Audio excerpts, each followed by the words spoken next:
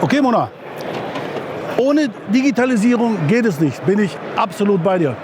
Aber wie hat denn jetzt die Digitalisierung speziell euren Speditionsalltag verändert, tendenziell erleichtert? Also ich kann mich noch sehr gut daran erinnern, dass wir vor einigen Jahren tatsächlich noch mit Block und Stift im Dispo-Büro gesessen haben. Von daher, Telematik erleichtert einem schon sehr das Leben. Und da geht es ja auch nicht nur um Standortbestimmung oder die Überwachung der Temperatur, sondern es gibt ja auch zum Beispiel Möglichkeiten, wie ich heute Morgen schon kennengelernt habe, das Smart Capacity Management, wo man eben auch frei verfügbare Kapazitäten durch eine künstliche Intelligenz scannen kann, visualisieren kann und entsprechend auch auf Frachtenbörsen schon direkt einstellen kann.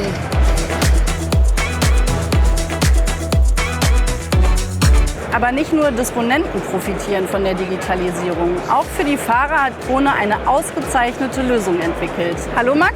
Hallo Mona. Vielen Dank.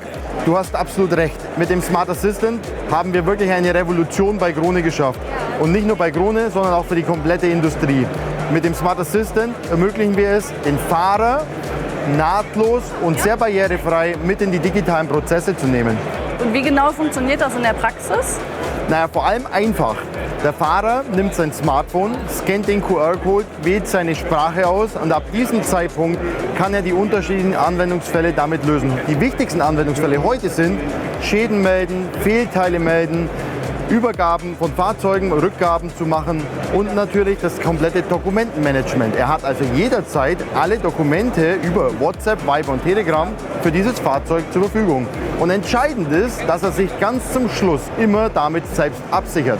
Denn hinter jedem Workflow steht zum Schluss ein Berichts-PDF, das der Fahrer für sich abspeichern kann. Und somit hat er immer eine 100%ige Sicherheit für sich digital abgewickelt. Sensationell. Das Neueste aus Silicon Valley. Harald, musst du nicht los nach Hamburg? Hamburg, da war was. Du hast recht, Mona. Bis morgen. Tschüss. Bis morgen.